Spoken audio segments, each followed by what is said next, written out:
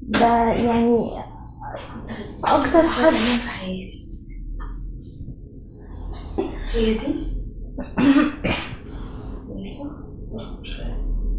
انت بجد مش فاهمه، بس انا فعلا كنت بحبه جدا ما كنتش قصدي اضايقك يعني. انت اكيد بنت وفاهمه انا اقصد ايه من اللي انا بقوله لك.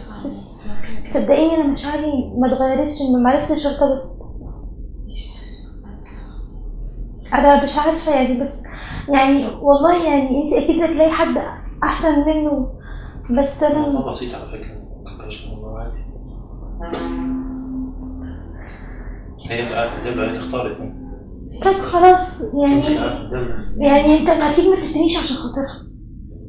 انا ما سبتيش، انا ما سبتهاش اصلا، هي اللي سابتني، هي اللي قاعدة تدلع دلوقتي.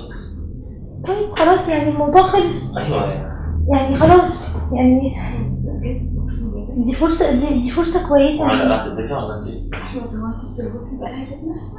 ما انت عملت ايه دلوقتي؟ احمد انت بتتكلم بجد ولا بتهزر دلوقتي؟ ايوه انت عملت ايه دلوقتي؟ احمد مالكش دعوه انا بعمل ايه. لا انا هو عليك، انت عملت ايه دلوقتي؟ مش قاعدة تدلع؟ انت مش قاعدة تدلع؟ طب وبعدين؟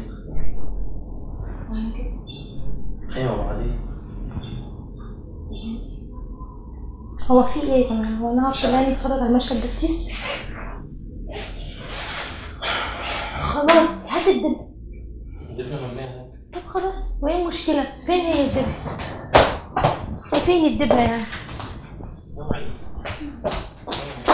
ايه المشكلة؟ اهي بتموتني اهي ومقاسي كمان. احمد فوق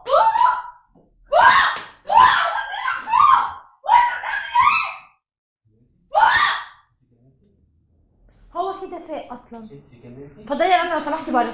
لا احمد انا اوعي.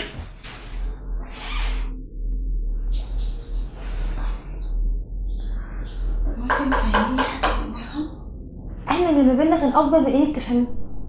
انا عايزه افهم واحده بس. والله كان اكبر من انك تفهميه. انا محتاجه انا لحد دلوقتي ما ارتبطتش ولا اتخطبت ولا اتجوزت. خلاص خلاص انا مش هخش تاني اصلا. خلاص هو مش عايزك.